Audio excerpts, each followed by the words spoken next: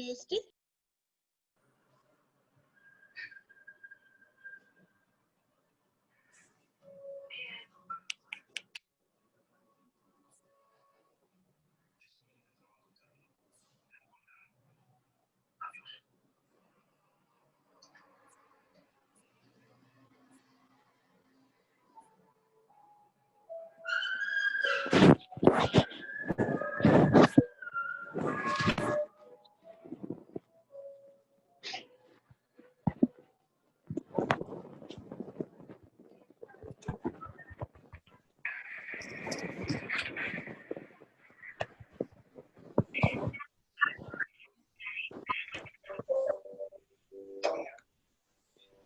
Hermano, tenemos que hablar.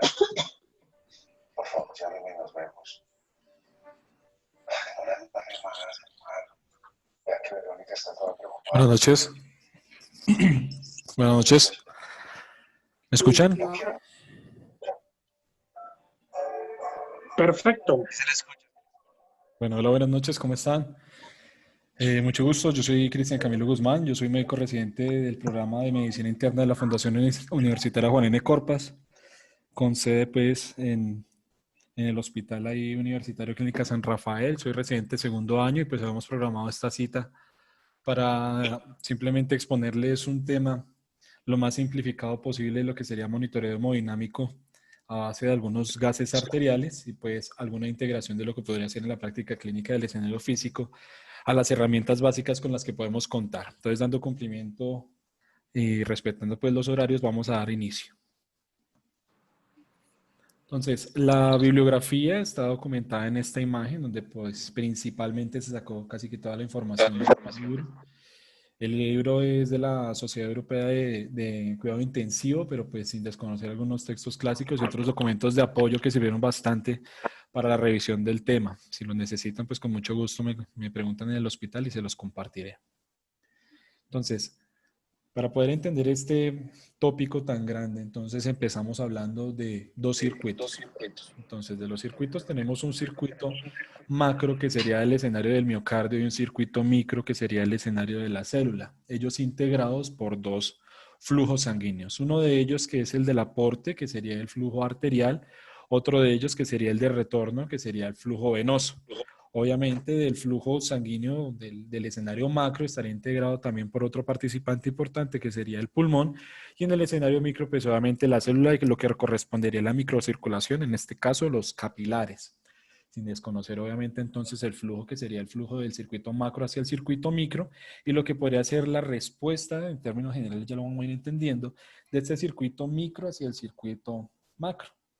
Entonces podríamos definirlo así en grandes, muy grandes rasgos como las propiedades del miocardio para poder dar ese aporte a la poscarga, poder vencer todas estas resistencias, poder llevar este flujo sanguíneo hasta estas porciones capilares donde la célula, que es la maquinaria celular o nuestro circuito micro, va a aprovechar los nutrientes y de ello va a desprender obviamente la respuesta de lo que podríamos integrar de las respuestas celulares, pero pues obviamente desembocando todo esto en el flujo venoso y del flujo venoso pues asimismo vamos a retroalimentar al miocardio como su precarga.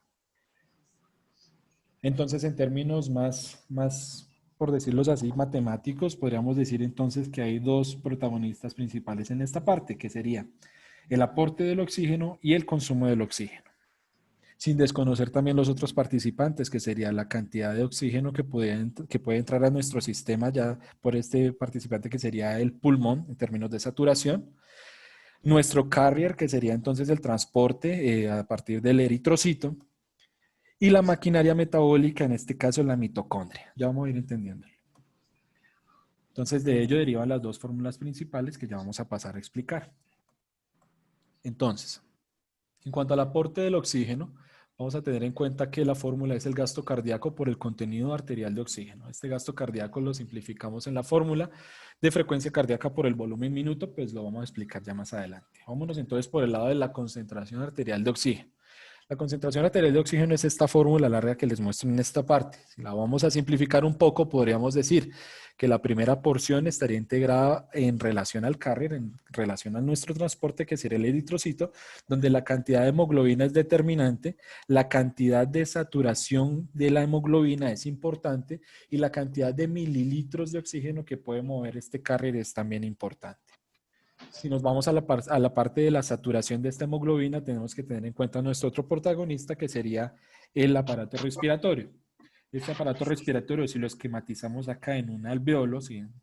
Pues créanme que esto es un alveolo, este alveolo y este capilar, entonces podríamos decir que desde la porción alveolar, la fracción inspirada de oxígeno, la presión alveolar de CO2, la presión barométrica, asimismo también la presión de vapor de agua, van a componer un elemento bastante importante para dar el aporte del oxígeno, para que este oxígeno pueda pasar a la porción capilar y a la porción capilar donde estos protagonistas como es la perfusión, la presión arterial pulmonar y el gasto cardíaco principalmente, ya habíamos hablado aquí de la hemoglobina, pues se puedan integrar todos para tener esta relación. Entonces, ¿de dónde sale este número? El 1.34, pues son 1.34 que puede variar de acuerdo al texto de 34 a 38 mililitros por cada gramo. Y pues es la relación molar por los cuatro escenarios, por los cuatro componentes que pues, integran acá la hemoglobina, pero pues no me voy a detener en ello porque es un poco más largo, ¿listo?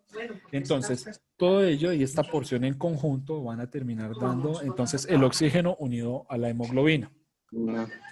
En esta otra parte, entonces vamos a tener en cuenta la presión arterial de la cantidad de O2 por 0.033, que es una constante de que un coeficiente de solubilidad. ¿Y qué es eso? Pues simplemente la cantidad de oxígeno que se encuentra disuelto en la sangre y no unido a la hemoglobina. Por el otro lado, entonces, la parte del consumo también a partir del gasto cardíaco, que ya lo vamos a comentar ahorita, pero pues si vemos la fórmula es exactamente la misma a la del contenido arterial de oxígeno. Entonces, en esta parte del contenido arterial de oxígeno, pues no nos vamos a detener porque ya lo explicamos y vamos a pasar entonces a la parte del consumo del oxígeno. Omitiendo el gasto cardíaco, omitiendo la hemoglobina, nos vamos a centrar en esta porción que es como de la que podría tener inferencia, que sería la cantidad de saturación de esta hemoglobina y la cantidad que se logra extraer, o por lo menos que se logra ver al final de la circulación venosa central.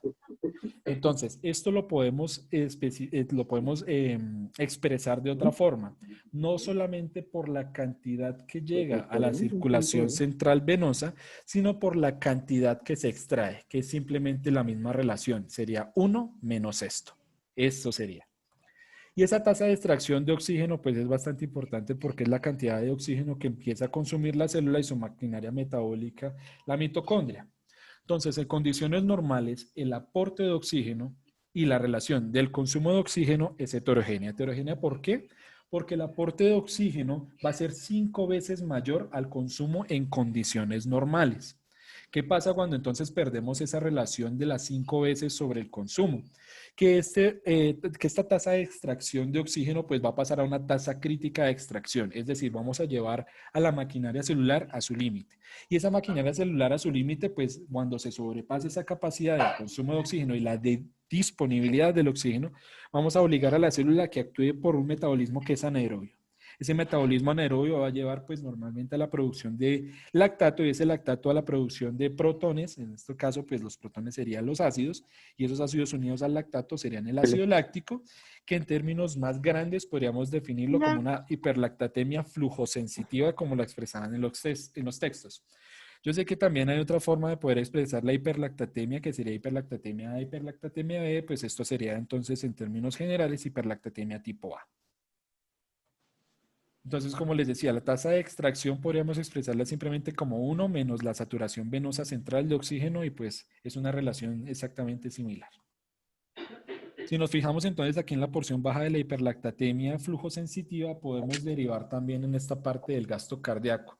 Entonces aquí ya empezamos a integrar un poquito las variables. ¿Qué variables? La variable del circuito menor o del circuito celular, que sería la respuesta que tenemos, la hiperlactatemia, frente a una maquinaria que nos va a proveer pues obviamente toda la cantidad de flujo, oxígeno, etcétera, para que esta maquinaria pequeña pueda funcionar.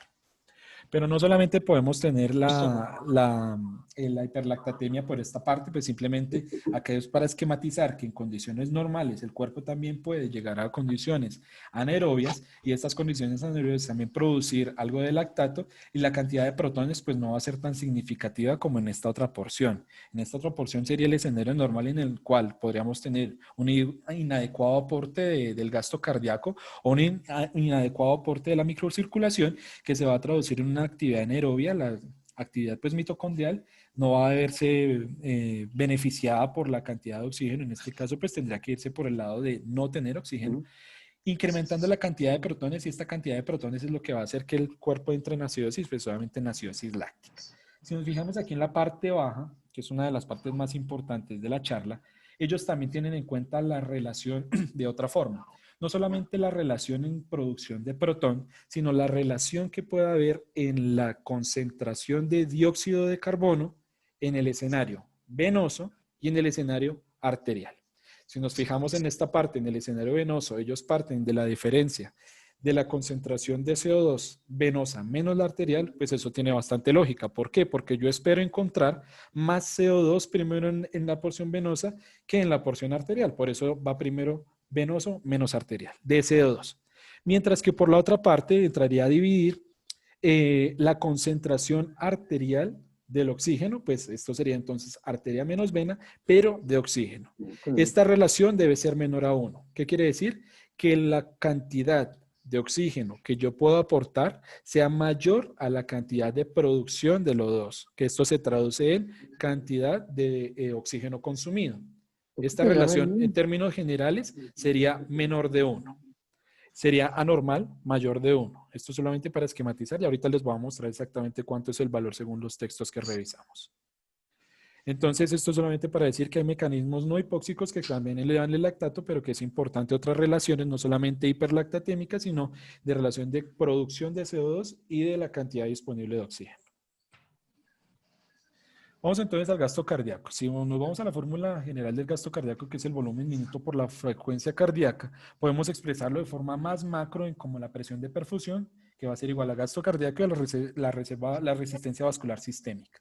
Este lo dividimos en el volumen latido y el volumen latido tenemos en cuenta entonces en forma macro la precarga, la contractilidad y la poscarga, que pues en escenarios de shock pues podemos encontrar baja precarga, baja frecuencia cardíaca o alta frecuencia cardíaca también, la baja contractilidad y las bajas o altas resistencias vasculares sistémicas que pueden llevar al escenario pues del bajo débito. Pero entonces, si quisiéramos hacer una evaluación del volumen latido, tendríamos que hacer nuevamente la relación de la precarga, de la contractilidad, de la poscarga, y pues para ello tendríamos que utilizar otras herramientas de las cuales no disponemos. Entonces, si no disponemos de estas herramientas, pues no vamos a poder tener por lo menos la relación de cómo impactar estos productos. Entonces, ¿qué podemos hacer para poder tener esta relación o por lo menos aproximarnos a esta relación del gasto cardíaco sin ser tan invasivos? Entonces, ¿cómo hago yo para saber la precarga, la poscarga, la contractilidad, ley de Franz-Starling, conocer el índice cardíaco sin tener que invadir al paciente o pues no más allá de un catéter venoso central? Pues entonces volvemos aquí a la parte en la cual podemos encontrar el circuito mayor y el circuito menor. El circuito mayor sería todo este escenario que les estoy comentando acá. Pero entonces, en la revisión del texto y la revisión de todos los documentos que evaluamos, pues va más allá de hacer la invasión o por lo menos de hacer la valoración por esta parte y derivar al producto y del producto poder inferir qué está pasando en este circuito mayor. Pero entonces, ¿cómo lo podemos hacer? Tendríamos en cuenta las fórmulas que ya habíamos comentado previamente, que esta es una de las fórmulas que habíamos mostrado en el esquema de la hiperlactatemia, donde es la diferencia simplemente de la presión del contenido de CO2, tanto venoso en relación al arterial, y el contenido de O2 del arterial al venoso. Y hay otro que es la relación de la cantidad de CO2, desde el escenario venoso al escenario arterial. Entonces, esto nos puede dar una expresión en tanto aporte versus consumo. Y aquí aparece otro protagonista que es la saturación venosa central de oxígeno. Entonces, si nos vamos a la relación de la saturación venosa central de oxígeno, nos va a ayudar bastante porque va a integrar los protagonistas que ya les había comentado. Entonces, si recordamos, entonces, en cuanto a la saturación, de la saturación estamos evaluando el sistema respiratorio. Menos el consumo por el aporte, que sería el consumo, que sería el escenario metabólico o la actividad mitocondrial, versus el escenario de aporte, que sería el escenario hemodinámico dado por el gasto cardíaco, por 1 sobre nuestro transportador, que sería el eritrocito. Si nos damos cuenta, estos fueron los mismos elementos que hemos integrado previamente. Y entonces, ¿qué va a pasar? Pues va a pasar que si la microcirculación se ve comprometida, si tenemos los vasos, los pequeños vasos hipoperfundidos, es decir, la microcirculación afectada, no vamos a tener una regulación, o no vamos a tener un riego homogéneo de las células, vamos a tener una disminución de la cantidad de oxígeno disponible, y si lo viéramos también a partir del gasto cardíaco, podríamos tener esa misma disminución de la disponibilidad del oxígeno.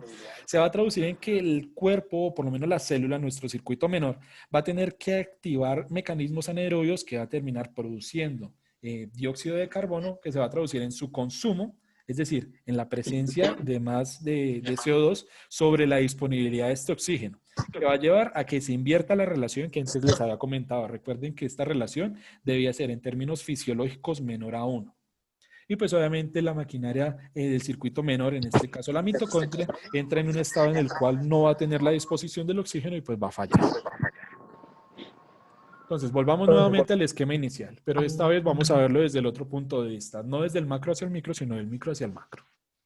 Entonces, si damos por lo menos el escenario en el cual yo le doy un adecuado aporte de volumen, le doy un adecuado aporte de oxígeno, le doy a este circuito menor, a estas células, a estos capilares, la adecuada disposición, vamos a tener entonces que la cantidad de oxígeno que se consume en términos normales, que la cantidad de diferencia de producción de oxígeno va a ser de 3 a 5 en condiciones normales, que vamos a tener una cantidad de oxígeno residual después de haber pasado por este sistema, de haber salido por el sistema menor pues al venoso y al venoso central, que va a terminar siendo aquí, con unos valores, que estos serían los valores aceptables normales, y una cantidad de lactato normal por menos de 2. Simplemente lo que va a hacer es integrar todo el sistema. Entonces podemos decir que en condiciones normales el cuerpo funciona así. Y si nos vamos entonces un poquito más al circuito menor, encontramos que en los capilares, en nuestra célula, estos capilares van a llevar un aporte de oxígeno y asimismo va a ser un consumo de oxígeno con una producción de CO2. ¿Listo? Y esto integrado, ¿por qué? Porque la célula es capaz de poder manejar todos estos elementos, pues, a partir del oxígeno, a partir de la glucosa, a partir del piruvato, y con su maquinaria mitocondrial, pues, es capaz de solventar esa cantidad que necesita de oxígeno para poder funcionar la célula. Simplemente otro esquema en el cual se muestra cómo se libera el CO2 y cómo se integra ese CO2 al eritrocito. Pues, pero pues que hagan los ejercicios de respiración, como le digo. Por favor, les pido que si pueden apagar los micrófonos, tan amables, por favor. Se me interrumpen un poquito. Entonces, nos vamos ahora al examen físico. Del examen físico, entonces, vamos con un concepto que lo trae un documento importante que se llama las ventanas, o el shock circulatorio, un documento del doctor Van Zandt, en el cual él dice, el shock es la manifestación clínica de una falla circulatoria y es una inadecuada utilización de las células del oxígeno, es decir, el circuito mayor sobre el circuito menor, que afecta a este circuito menor. Entonces, ¿cómo lo podemos ver antes sin invadirlo? Él dice, hay 3 formas de verlo, o por lo menos las 3 ventanas para ello, sin tener que invadir todavía a su paciente y sin conocer otros parámetros como tensión arterial, etc. Entonces, él los integra en sistema nervioso central, cerebro, la piel y el riñón. La alteración del estado de la conciencia, o la alteración a nivel cerebral, pues él lo manifiesta de esta forma. Es uno de los indicadores como una ventana. En cuanto a la piel, la piel puede ser un poco más extenso porque puede ir desde simplemente un tiempo de llenado capilar un poco más largo del usual, una piel fría, una sudoración fría o hasta un moteado. Y a nivel del riñón, pues la presencia de oliguria. Esas son las 3 ventanas que ofrece el doctor Van Zandt y el doctor De Backer. Y pues ellos ofrecían en el shock circulatorio 2 escenarios pues de choque, un choque hiperdinámico, un choque hipodinámico, que pues para algunos otros autores ellos los pueden dividir como en los choques calientes o en los choques fríos. Pero pues no nos vamos a enredar con eso, ya les voy a comentar cómo nosotros lo podemos manejar o cómo nosotros lo podríamos entender más fácil. Entonces, ¿qué herramienta tenemos nosotros distintos al examen físico? Porque pues el examen físico podría fallar. Del examen físico vamos a los gases arteriales y a los gases venosos centrales. Y pues claramente nos toca tener en cuenta un poco las matemáticas, pero pues no nos enredemos tampoco. Estos fueron simplemente las fórmulas que ya hemos comentado previamente, que pues para los que quieran saber los valores normales, pues están ahí expresados en la diapositiva, que sería 6 y 12, perdón, 16 y 20 mililitros por decilitro para el aporte y del consumo un poco más de 12. Pero pues no nos detengamos en ello para no enredarnos. La diferencia entonces arterial y venosa de la cantidad de oxígeno también es otra fórmula que en términos normales debe estar entre 3 a 5. Y pues ellos ya hablan de hiperdinamia e hipodinamia, ya lo vamos a comentar también. Esta relación de consumo, como le hemos comentado, la tasa de extracción del oxígeno que puede ser expresada con esta fórmula o simplemente 1 menos la saturación venosa central del oxígeno, que normalmente va a estar entre el 20 y el 30%, que también puede expresar hipodinamia o hiperdinamia del sistema.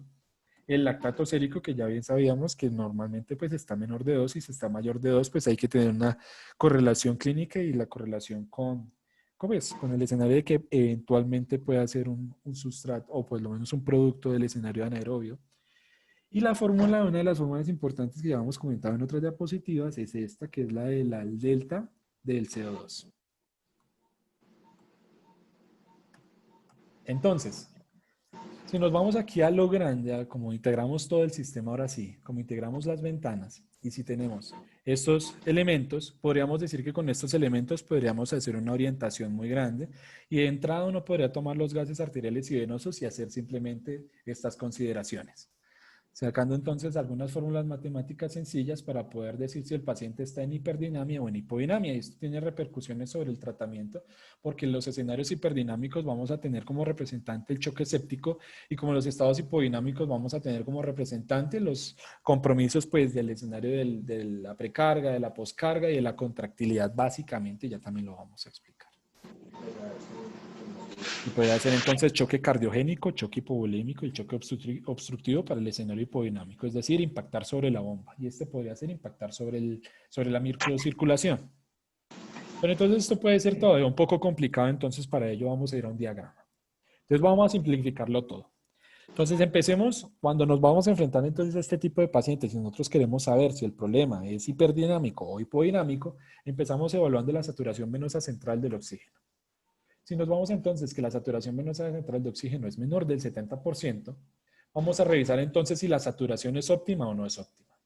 Si la saturación no es óptima, si esta está por debajo del 92%, decimos que entonces el problema está en uno de los protagonistas y este sería el protagonista pulmonar.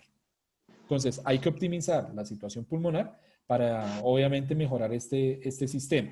Si logramos mejorar este sistema o si el paciente viene ya con una saturación óptima por encima de 92%, este 92% no es estrictamente 92%, esto es pues sacado de los textos y estos textos tienen en cuenta los valores a nivel de lo que sería el paciente crítico y a nivel del mar. Entonces, si es por encima de 92%, tenemos que entrar a evaluar la hemoglobina. Si esta hemoglobina está por debajo de 8 o por encima de 8, si está por debajo de 8, entonces entramos con el segundo protagonista, que era nuestro eritrocito, el carrier, hay que transfundir. Si la hemoglobina está por encima de 8, entonces ya nos vamos con nuestra primera fórmula, que es la diferencia venoarterial del dióxido de carbono. Pues también en términos generales es aconsejable hacer esta relación matemática desde que evaluamos que la saturación venosa central esté por debajo de 70 y obviamente asegurando que todo esto esté normal. Entonces, si ella está por debajo de 6 milímetros de mercurio o por encima de 6 milímetros de mercurio, tiene implicaciones. Vámonos entonces por si está por encima de 6 milímetros de mercurio. Si está por encima de 6 milímetros de mercurio y tenemos una concentración por debajo de 70, tenemos que evaluar el gasto cardíaco. Y ya sabemos que el gasto cardíaco está conformado entonces por la frecuencia cardíaca, la contractilidad, la precarga y la poscarga. De la primera, pues simplemente hacer el control de la frecuencia cardíaca. Si está bradicárdico, tratar de subir la frecuencia. Si está taquicárdico, pues tratar de evaluar si esta taquicardia es lo que de verdad lo está llevando a la situación de hipodinamia.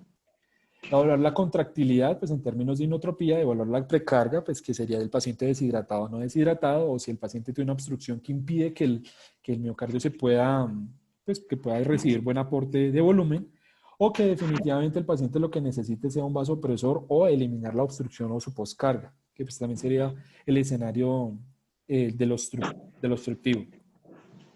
Pero entonces, ¿qué pasa cuando encontramos una saturación venosa central por encima de 70? ¿Será que está normal? Pues uno podría decir, está normal porque por encima de 70 quiere decir que el cuerpo lo está aprovechando bien.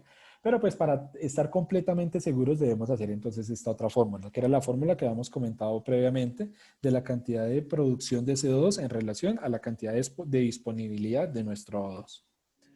Si este está por debajo de 1.4 y este 1.4 es un valor que toman los autores, entonces recordamos, pues lo que habíamos comentado previamente era mayor o menor de 1, pues en este documento hablan es de 1.4. Si está por debajo de 1.4 podemos decir que el paciente está bien. Por el contrario, si está por encima de 1.4, debemos hacer entonces esta relación de la diferencia venoarterial de CO2 para poder decir si el paciente entra nuevamente en este ciclo de más de 6 y poder decir que el problema está sobre el gasto cardíaco, o si está menor de 6, podernos ir por el otro escenario. ¿Qué otro escenario? El escenario en el cual podamos encontrarlo incluso menor de este valor, que sería el valor normal, el valor normal es de 3 a 5. Si lo encontramos por debajo de 2, pues ya tendríamos que evaluar otra situación. ¿Qué otra situación? El estado de hiperdinamia. Ya habíamos dicho que la hiperdinamia se puede traducir en sepsis. Pero ¿qué pasa si entonces hicimos toda esta vuelta y encontramos que la saturación es normal, que el delta es normal, que este otro delta es normal y que encontramos que la relación venoarterial de C2 está entre 2 a 6 o 3 a 5, estrictamente, pues nos vamos otra vez a que tendríamos que sacar nuevamente esta fórmula y decir que el paciente puede estar bien. Entonces, si nos fijamos, todo empezaría con la saturación venosa central y necesitaríamos simplemente las variables de saturación, la cantidad de hemoglobina y dos fórmulas matemáticas para poder decir si el paciente está en un estado de hiperdinamia, es decir, en sepsis, o hipodinamia, es decir, en un escenario que pueda ser obstructivo por trastornos del miocardio básicamente, que pueda ser trastornos de la frecuencia cardíaca, contractilidad, precarga y poscarga, como ya habíamos comentado. Y pues esa era la parte de la charla. Muchas gracias. Entonces no sé si tengan preguntas.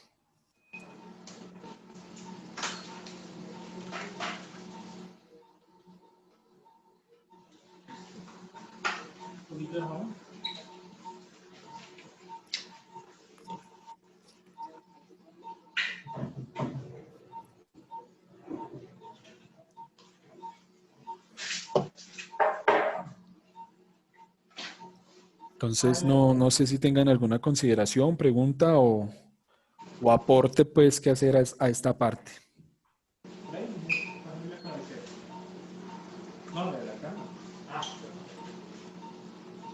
Hombre, ¿qué más? Bueno, muchas gracias por la presentación.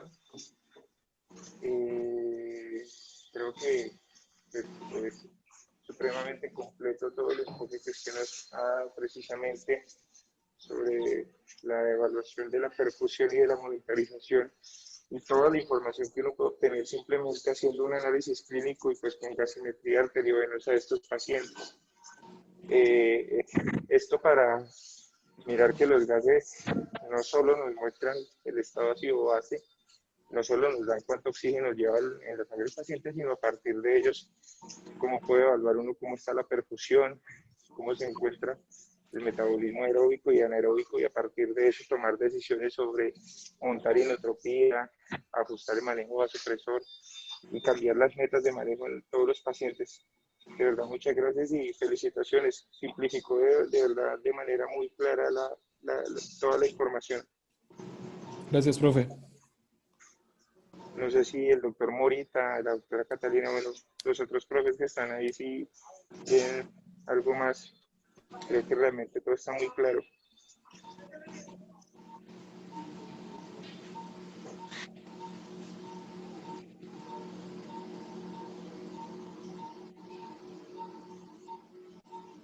Bueno, pues creería que no, o en su defecto están ocupados, no importa. Igual de verdad. Bueno, de verdad, muchas gracias y nada, felicitaciones. Más bien en estos días con los pacientes ahí es donde uno puede aclarar todas las dudas y pues extrapolar todo esto que estamos viendo a la vida diaria. Entonces, sí, nada, nos estamos viendo y más bien en una próxima ocasión debatimos otras cositas. Sí, señor. Muchas gracias a todos. Muchas gracias a todos. A todos por la presencia y pues nada, que tengan buena noche. Gracias. Muchas gracias, doctor.